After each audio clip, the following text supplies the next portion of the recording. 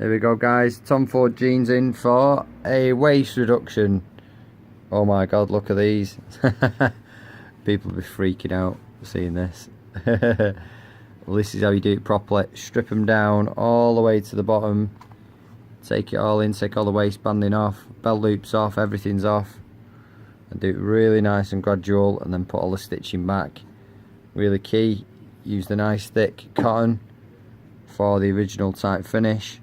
And this will all go back and look nice and original once done.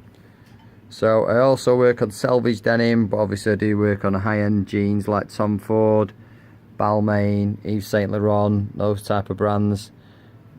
Obviously I do appreciate how expensive they are, so we'll go to trouble to source all the right cottons that they use at the factory, so we can replicate all the finishing just as they would have done if it was done at the factory, if that makes sense.